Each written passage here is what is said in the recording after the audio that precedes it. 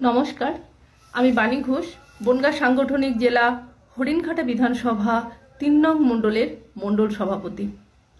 বাংলাদেশ, পাকিস্তান এবং আফগানিস্তানের সংখ্যালঘু সম্প্রদায়, বিশেষ করে হিন্দু সম্প্রদায়ের মানুষ যারা ধর্মীয় অত্যাচারের কারণে এবং আমাদের দেশকে ভালোবেসে আমাদের দেশমায়ের আশ্রয়ে রয়েছেন, তাদের কাছে আমার বিশেষ অনুরোধ, 2002-এর ভোটার লিস্টে নাম নেই এই ভয়ে আতঙ্কিত না হয়ে আপনারা দয়া করে ভারত সরকারের যে নাগরিকত্ব সংশোধন আইন এনেছেন সেই আইনের মধ্য দিয়ে আপনারা সিএতে ফর্ম ফিল আপ করুন। সিএতে ফর্ম ফিল আপের মধ্য দিয়ে আপনারা আপনাদের নাগরিক জীবনকে সুরক্ষিত রাখুন।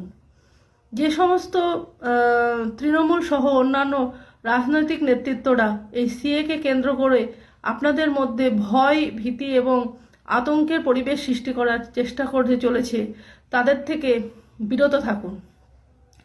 আর অন্তত কেন আপনাদের ওই বাংলাদেশ থেকে আমাদের দেশের আশ্রয় নিতে হলো সেই কথাটা তাদেরকে একটু হলেও জানান, কারণ তারা অনেকেই হয়তো জানে না আপনার সেখানে গোলা ভর্তি ধান ছিল, পুকুর ভরা মাছ ছিল, পরিবার সচ্ছল ছিল, পরিবারের মানুষজন ছিল, সেখানে আপনি নিজে জন্মগ্রহণ করেছেন, তবু সেখানে এক বৃন্তে দুটি কুসুম হয়ে সেই দেশটাতে আপনি থাকতে পারলেন না।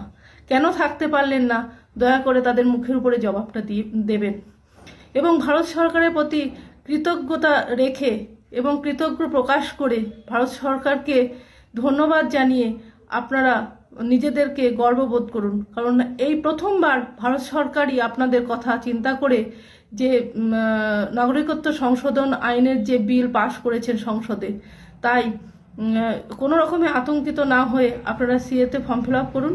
কোনো রকম সহযোগিতার প্রয়োজন হলে আমাদের সাথে যোগাযোগ করুন। আমরা সবসময় আপনাদের পাশে আছি এবং সহযোগিতা করার জন্যই পাশে আছি। তাই কোনো রকমে আতঙ্কিত হবেন না।